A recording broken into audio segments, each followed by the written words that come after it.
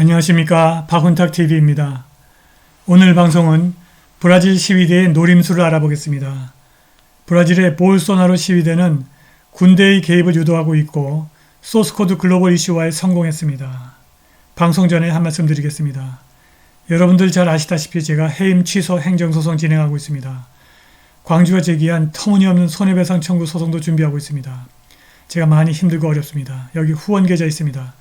자율 구독료 내는 셈 치고 좀 도와주시기를 간곡하게 부탁드리겠습니다.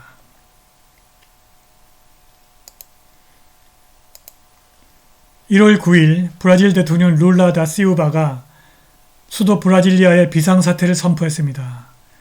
그리고 그는 브라질리아의 보안 기능이 헌병에게 할당되었으나 그들은 아무것도 하지 않았다고 말했습니다. 나는 그것을 연방지구의 공공안전을 책임지는 사람들의 무능력, 무의지 또는 심지어 악이라고 부를 것입니다. 이것은 처음이 아닙니다라고 룰라가 덧붙였습니다. 한편 브라질 대법관 알렉산데르 데 모라에스는 제이어 볼소나루 전 대통령의 우익 지지자들이 수도의 정부 청사를 습격한 후 일요일 이바네스 로차 브라질리아 연방지구 주지사를 90일 동안 직위에서 해임했습니다. 모라이에스는 수천 명의 시위대가 국회의사당과 대통령궁 그리고 대법원을 동시에 점령하는 사태는 당국의 승인과 심지어 효과적인 참여가 있어야만 발생할 수 있다고 자신의 결정을 설명했습니다. 그는 또 이미 11월부터 볼소나로 지지자들이 대규모 시위를 계획하고 있다는 사실이 널리 알려져서 언론에도 보도되었다고 지적했습니다. 모라이에스 판사는 브라질의 민주주의는 테러리스트 범죄자들에게 의해 흔들리지 않을 것이며 더 이상 파괴되지 않을 것이라고 주장하면서 친볼소나로 시위대가 군사기지 근처에 세운 캠프를 24시간 이내에 철거해야 한다고 판결했고 소셜미디어 플랫폼인 페이스북, 트위터, 틱톡에 선동적인 콘텐츠를 퍼뜨리는 사용자의 계정을 차단하라고 명령했습니다. 지난 일요일 수도 브라질리아로 몰려와서 10월 대통령 선거의 도둑질에 항의한 수만 명의 시위대가 재판도 없이 대대적으로 체포되고 있습니다. 그럼에도 불구하고 이번 브라질 시위는 단순하고 우발적인 사건이 아니라 어떤 지도부에 의해서 면밀하게 기획된 것이라는 분석이 있습니다. 무엇보다도 이번 브라질 시위는 군대의 개입을 유도하기 위한 것이라는 분석이 있습니다. 친볼소나로 시위대는 브라질 헌법 142조의 자의적인 해석을 통해서 군대가 헌법적 위기를 해결할 궁극적인 권위를 갖고 있다고 주장합니다. 군대가 그런 헌법적 권위를 갖는다는 해석에 반대할 사람은 있으나 법률과 선거 조작으로 헌법적 위기가 발생했다는 주장을 효과적으로 반박할 사람은 없습니다.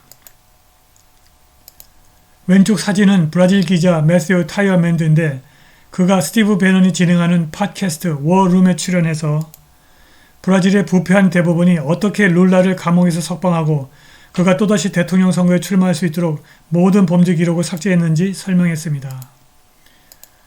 대법원은 룰라가 공직에 출마할 자격을 얻지 못하게 만든 그가 저지른 중범죄에 대한 기록을 전부 말소했습니다. 타이어맨드는 선거 데이터의 신뢰성과 조작 가능성에 대한 비난이 빗발치자 법원이 공식 사이트에서 이 데이터를 삭제해버렸다고 말했습니다. 브라질 유권자는 선거기계 소스코드 데이터를 감사할 권리가 있으나 법원은 이를 허용하지 않았습니다. 그리고 군대가 만든 선거조사 보고서는 부인할 수 없는 명백한 선거 조작을 확인했습니다. 파리 8대학 교수이자 현대 브라질 역사 전문가 아르멜레 앤더슨은 르몽드와의 인터뷰에서 1월 8일 브라질리아 3권 광장에서 벌어진 시위 사태에 대해서 권위 있는 해석을 내놨습니다. 일요일에 벌어진 사태는 단순하고 우발적인 시위가 아니라 면밀하게 기획된 쿠데타라는 것입니다. 아르멜레 앤더슨은 1월 1일 룰라의 대통령 취임을 막지 못한 볼소나로 지지자들이 혼란을 일으켜 군대를 이끌어들이려고 하고 있다고 주장했습니다. 실제로 볼소나로 지지자들은 브라질 헌법 142조의 자의적인 해석을 통해서 헌법적 위기가 발생하면 군대가 개입할 권한이 있다고 주장합니다. 브라질 헌법 142조가 군대에 그런 권한을 부여했는지는 논란의 여지가 있으나 헌법적 위기는 분명합니다. 르몽드는 시위대가 국회의사당에 난입할 당시 3권 광장에 있던 브라질리아 연방경찰이 시위대와 사진을 찍거나 시위대와 대화를 나누는 장면이 촬영되었고 브라질 군대의 태도 또한 모호하다고 보도했습니다. 르몽드는 군대가 룰라의 대통령 취임을 막아달라는 보울소나루 측의 요구를 들어주지는 않았으나 보울소나루와 관계는 유지하고 있다면서 앞으로 브라질 정국의 방향은 군대의 충성심이 향하는 방향과 일치할 것이라고 르몽드가 결론을 내렸습니다. 1월 8일 밤 경찰이 군대가 시위대를 보호하기 위해서 개입할 때까지 많은 시위자들을 체포했습니다. 시위대가 군부대로 몰려왔고 군대는 룰라의 경찰로부터 시위대를 보호하려고 개입한 것으로 알려졌습니다. 한편 브라질리아의 트럭 운전사들이 시위에 가담했습니다. 왼쪽 사진에서 트럭 운전사들이 룰라의 선거 도둑질에 항의하여 주유소를 폐쇄하고 있습니다. 한편 시위대는 부정선거를 밝히기 위해서 소스코드 글로벌 이슈화에 성공한 것 같습니다. 왼쪽 사진에서 이 붉은색 선으로 표시한 부분을 잘 보시기 바랍니다. 브라질 수도 브라질리아의 국회의사당 지붕에 걸려있는 현수막에 쓰여진 포르투갈어는 영어로 We want the source code입니다. 소스 코드를 원한다는 것입니다. 소스 코드는 컴퓨터 프로그램을 사람이 읽을 수 있는 프로그래밍 언어로 기술한 텍스트 파일입니다. 프로그램을 구성하는 소스 코드는 일반적으로 컴퓨터의 하드디스크에 저장된 하나 이상의 텍스트 파일에 위치하고 있고 주로 실행 프로그램을 만드는 과정을 입력하는 데 이용됩니다. 따라서 선거 기계를 작동하는 실행 프로그램의 소스 코드를 공개하면 선거 무효성을 완벽하게 검증할 수 있습니다. 그런데 브라질은 물론이고 심지어 미국과 한국에서도 소스 코드를 일절 공개하지 않습니다. 지금 브라질 시위대는 온 세상에 소스 코드의 결정적인 중요성을 알리고 있는 것입니다. 선거를 훔치기 위해서 사용하는 많은 방법 중 결정적으로 중요한 하나는 선거에 사용되는 투표 시스템에 들어가는 잘못된 소스 코드입니다. 미국에서 선거 무효성 노력에 관련된 많은 사람들은 예외 없이 2020년과 2020년 선거에 사용된 소스 코드를 손에 넣고 싶어 합니다. 그러나 지금까지 선거에 사용된 소스 코드 획득, 조사 및 감사하려는 노력은 법원에 의해서 차단되었습니다.